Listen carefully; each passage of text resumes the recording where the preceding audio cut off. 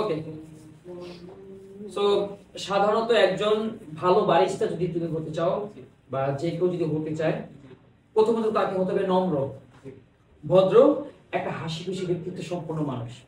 হ্যাঁ, একটা পার্সোনাল জীবন থাকবে, কিন্তু যখন সে কফি শপে বা ক্যাফেতে আসবে, সে তার ব্যক্তিগত জীবনকে ভুলে গিয়ে সে তার কফি শপের প্রফেশনটাই মানে ওইভাবেই সে এটাকে লিড করবে। লাইক ধরো একটা কাস্টমার আসলে সর্বপ্রথম তাকে হাসি খুশি ভাবে যে অভিবাদন জানানো, যে ওয়েলকাম করা বা গ্রিটিং করা, hello sir, hello madam, welcome to our cafe. অথবা দিনের বেলা আসলে hello sir, hi, how are you, how are you doing, all good, মানে একটু জাস্ট গ্রিটিংটা নিজের মতো করে করবা।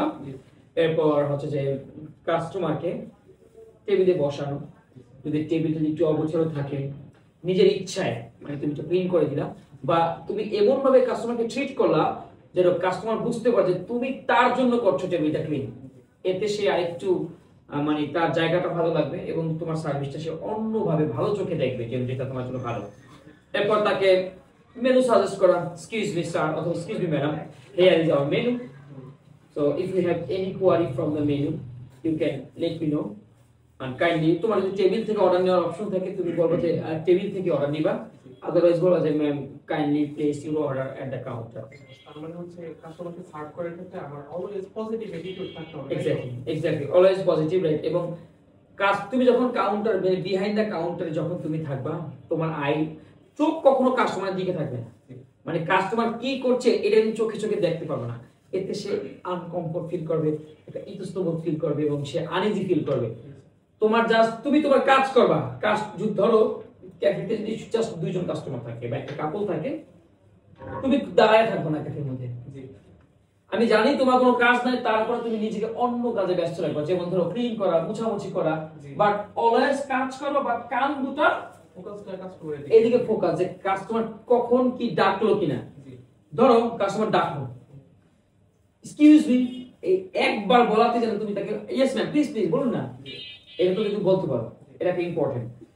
সেকেন্ড হচ্ছে যে কাস্টমার যেটা বলবে যেন একভাবেই শুনতে হবে, যেমন একটা বলো ব্যাপার ছিল, তুমি সেকেন্ড বার তোমাকে বলতে না হয় হ্যাঁ ম্যাডাম সরি শুনিনি কি জানি বলছিলেন, এটা বলা যাবে না। তার মানে তুমি অ্যাটেনশন না, সো একজন বারিস্তা হিসেবে তোমাকে অ্যাটেনশন টু ডিটেইল থাকতে হবে অলওয়েজ কাস্টমারের দিকে। ওকে, এরপর অর্ডারটা নিলা, যেমন 3-4টা আইটেম কাস্টমার অর্ডার দিল, এরপর যে কাস্টমারকে বলা যায় ওকে ফাইন, তখন ম্যাম বা স্যার তুমি তোমার অর্ডারটা আবার রিপিট করবা।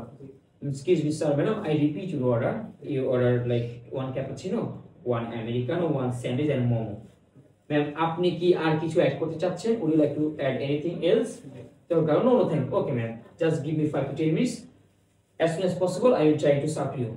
এটা বলে চলে যাবে, এরপর অর্ডারটা দিবা, খাবারটা দিবা, খাবারের মাঝখানে লাইক দিচ্ছি মুখ সবকিছু খাওয়া হয়েছে, তখন কি আবার তুমি টেবিলটা চেক করো। এটা খুব মোস্ট ইম্পর্টেন্ট যে excuse me sir madam please sorry to disturb you, এই শব্দটা ব্যবহার করো। কি বলবো? সরি টু ডিস্টার্ব, বিকজ সে একটা পার্সোনাল মিটিং এ থাকতেই পারে, এই জন্য আমি তাকে বললাম যে sorry to disturb you ma'am, আমাদের খাবার এবং অর্ডারটা ঠিকঠাক ছিল কিনা, এই ফিডব্যাকটা অলওয়েজ দেওয়ার চেষ্টা করতে হবে। তাহলে তুমি তোমার খাবারে তোমার সার্ভিসে উন্নতি করতে পারবা। যদি খারাপ থাকে তুমি সাথে সাথে এটা চেঞ্জ করে দিবা বা অন্য একটা কিছু সাজেস্ট করবা। অবশ্যই অলওয়েজ ভুল হলে আগে সরি, এই হচ্ছে অসুবিধা। দেন খাওয়ার পরে বিল টিল হয়ে গেল, যা এরপর যাওয়ার সময় তুমি তাকে আবার বলা থ্যাঙ্কস ফর কামিং, আবার যাওয়ার সময় I hope you ma'am, I hope you sir, you enjoy everything, thank you so much, thanks for coming। So তোমার ফেসটা যেন, তোমার চোখের ভাষা যেন তাকে এমন ভাবে বোঝানো যায় তার প্রতি তুমি খুবই যত্নশীল, তাহলে সেই কাস্টমার তোমার কাছে অ্যাগেইন রিটার্ন করবে। এটা একটা কাস্টমার সার্ভিস ক্যাফেতে আসছে, সেটা একটা পার্ট। এখন তুমি নিজেকে যদি ভালো একটা বারিস্তা বানাতে চাও, তোমাকে এই সার্ভিস তো ইম্পর্টেন্ট, কফি সম্পর্কে নলেজ একদম অলওয়েজ। ধরো তোমার নলেজ বা আমার নলেজ কমই থাকতে পারে, বাট তুমি যখন অবসর সময়টা পাবা, সেই সময়টা তুমি মোবাইলে গান বাজনা বা ভিডিও না দেখে তুমি গুগল, ইউটিউব, চ্যাটজিপিটি, ইনস্টাগ্রাম থেকে কফি ব্লগিং দেখতে পারো। কফি রিলেটেড যে কন্টেন্ট গুলো থাকে, একজন বারিস্তা যেভাবে কাস্টমারকে ট্রিট করে, তুমি এইগুলো ফোকাস করতে পারো অলওয়েজ, যেটা কিনা তোমার ক্যারিয়ারের জন্য ভালো। এবং সব সময় তোমাকে বুঝতে হবে যে না আমার দরকার আরো জানা, আমার দরকার আরো শিনা। তুমি এতটুকু ফিল করো না আমি তো জানি। যখন তুমি নিজেকে মনে করবা যে তুমি জানো, আমি তো জানি, তার মানে তুমি ওই ধ্বংস। Always trying to B learn, এটা স্টপ করা যাবে না। এবং প্রত্যেকদিন নতুন ভাবে শেখার চেষ্টা নতুন কিছু শিখবা এবং প্র্যাকটিস। নিজেরা টিম মেম্বাররা প্র্যাকটিস করে, যেটা তুমি রুমে করছো, যেমন লাইক আজকে মনে হয় আপনি দেখছেন, হ্যাঁ আমি দেখেছি একটা ভিডিও যে তুমি রুমে তোমাদের মেনুটা পর্যালোচনা করছো বা কফির নলেজ বাড়াচ্ছো। এটা টিমের মাধ্যমে সার্ভিসটা, যেমন ও কাস্টমার তুমি বারিস্তা, আবার তুমি কাস্টমার ও বারিস্তা, উল্টো পাল্টা কোশ্চেন করবা, ক্যাপাচিনো কেন গরম হয় না, মানে সমস্যা হলেই কিন্তু সমাধান তৈরি হবে। এবং নিজেকে পরিপাটি রাখবা, ক্লিননেস, ক্যাফের দরজা থেকে শুরু করে এভরিথিং যেটা ক্লিন থাকতে হবে। এবং you have to be clean. তোমার দাড়িটা বড় কিনা, তোমার হাতের নখটা ঠিকঠাক মতো আছে কিনা, তুমি যে পোশাকটা পরছো এটা কি ফ্রেশ কিনা, তোমার শরীর থেকে কোনো ব্যাড স্মেল আসতেছে কিনা, তুমি নিজেকে কতটুকু তুমি তো জানো। সো এটা ইম্পর্টেন্ট করতে হবে। কাস্টমার যেন তোমার হাসি দেখে আবার আসে। সো নিজেকে এইভাবে প্রিপেয়ার করো। এবং স্বপ্ন দেখতে হবে যে সারা জীবন তো তুমি বারিস্তা থাকবা না, তুমি একসময় একটা কফি শপের ম্যানেজার হবা, আরো 2টা কফি শপের ম্যানেজার হবা, কয়েকটা ব্রাঞ্চের তুমি হেড ইনচার্জ থাকবা। এরপর তোমার প্ল্যান থাকবে want to be businessman, like একটা কফি শপের ওনার হওয়া। এবং বিভিন্ন বারিস্তার যে থাকে না ইভেন্টগুলো, বিভিন্ন কফি ইভেন্টগুলোতে অংশগ্রহণ করতে হবে।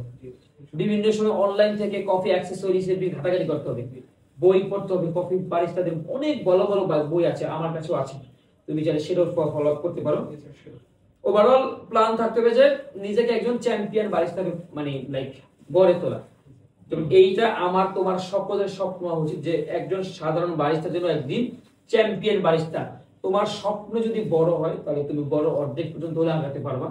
আর অলওয়েজ আল্লাহর প্রতি আস্থা, ভরসা, বিশ্বাস এবং সৎভাবে তুমি তোমার দায়িত্ব এবং কাজ পালন করো। ইনশাআল্লাহ, I believe it, you will doing better ইনশাআল্লাহ ফিউচার।